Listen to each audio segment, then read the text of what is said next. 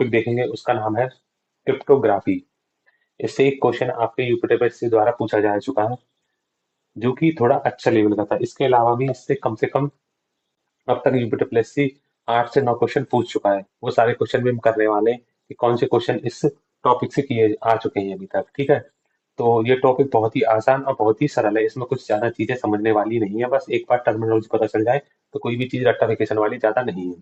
ठीक है, अगर हम बात करें क्रिप्टोग्राफी, तो क्रिप्टोग्राफी का मतलब होता है किसी भी डाटा या किसी भी टेक्स्ट को क्या करना, ताले में बंद करना, जिससे कि वो चोरी ना हो। बस इतनी सी बात है इसकी। तो डाटा को सेफ रखना, डाटा को कैसे भी हम सेफ रखेंगे, उसको हम क्या बोलते हैं, क्रिप्टोग्राफी। ठीक है, टेक्स्ट या डाटा को एक कोड में बदल दिया जाता है। टेक्स्ट और डाटा को क्या किया जाता है, टेक्स्ट बोलो या डाटा बोलो, उसको एक कोड में बदल दिया जाता है, जिसे हम इनक्रिप्शन बोलते हैं। कोड में बदलने को हम क्या बोलते हैं, इनक्रिप्शन। ये छोटी छोटी चीजें पूछी जा सकती हैं और पूछी जाती हैं और पूछी गई हैं। अभी तुम, मैं क्वेश्चन जब कराऊंगा पीवाईक्यू आए हुए, तो आपको पता चलेगा यही छोटी छोटी, इनक्रिप्शन का मतलब क्या है, डिक्रिप्शन का मतलब क्या है, मैसेज डाइजेस्ट का मतलब क्या है, ये सारी चीजें हमें देखनी पड़ेंगी। तो हमें पता चला जिससे कोड में बदल दिया जाता है, जिसे इंक्रिप्शन कहते हैं। फिर उसी कोड को एक विशेष कुंजी, मतलब एक ताले की, किसी भी एक ताले की एक पर्टिकुलर चाबी होती है, उसी चाबी से उसे खोला जाएगा। तो उस चाबी से दोबारा से डाटा को सेफ से अपने कोड से, देखो टीएक्सटी टेक्स्ट है मेरे पास, इसे मैं बोलूंगा प्लेन टेक्स्ट, प्लेन टेक्स्ट। ठीक है, फिर मैंने कोड में बदल दिया, इसे किसमें, कोड में बदल दिया, इसे मैं बोलूंगा साइफर, साइफर टेक्स्ट। देखो टेक्स्ट, जिसे मैं क्या बोला, प्लेन टेक्स्ट। क्वेश्चन पूछेगा प्लेन टेक्स्ट क्या होता है, तो वो टेक्स्ट जो सामान्य टेक्स्ट एकदम, उसे क्या बोलते हैं, प्लेन टेक्स्ट।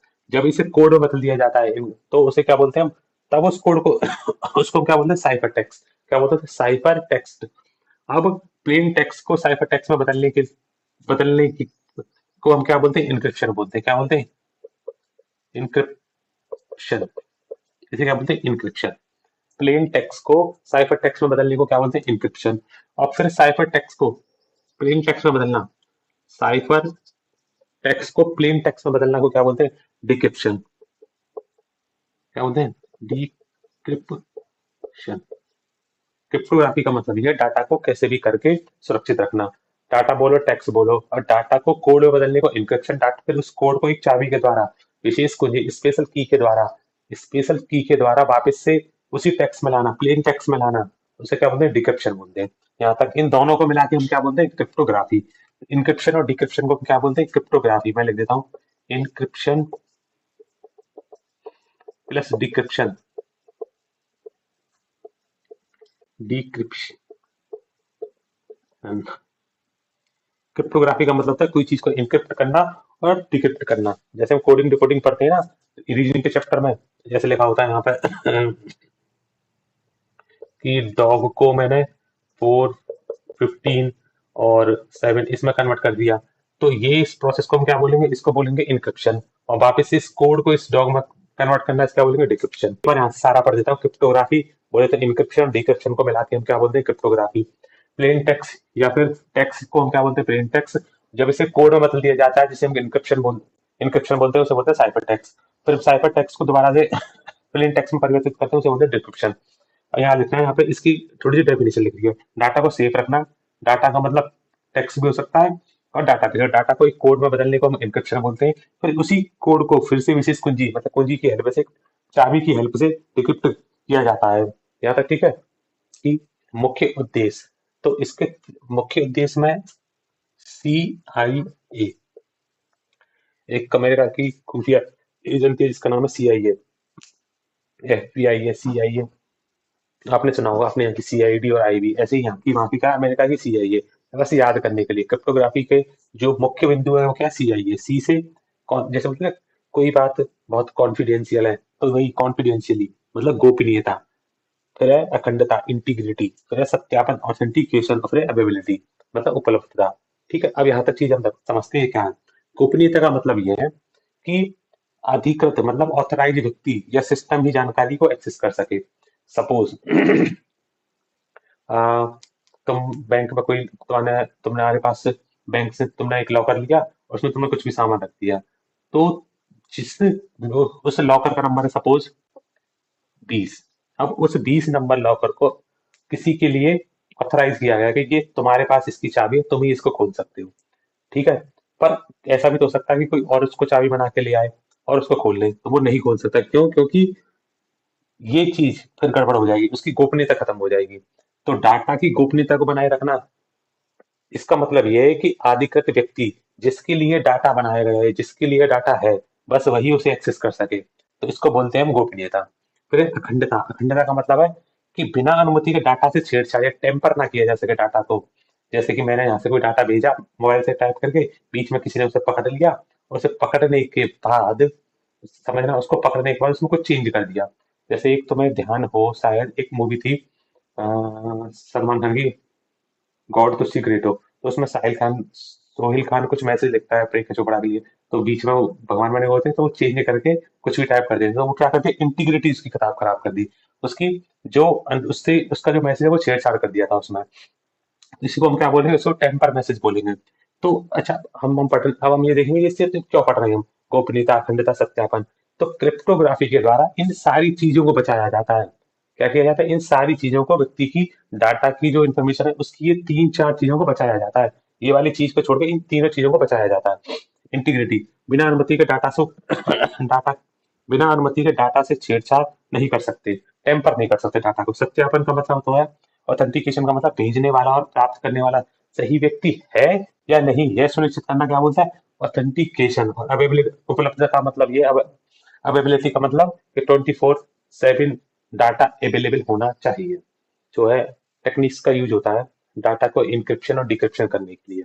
तो उनमें से एक है जिसका नाम है सममिति, जिसे हम बोलते हैं सिमेट्रिक क्रिप्टोग्राफी। सिमेट्रिक क्रिप्टोग्राफी, इसमें एक ही की होती है। की का मतलब, मैंने किसी डाटा पे लॉक लगाया, तो जिस चाबी से मैं जो की अपने डाटा पे लगाई है, मैंने ये की है मेरी, जो की मैंने डाटा के पास, अपने डाटा के पास लगाई, वही की दूसरी सेम टू सेम की किसके पास होगी, जिसके पास वो पहुंचनी है, तो वो उस की से उस डाटा को खोल लेगा।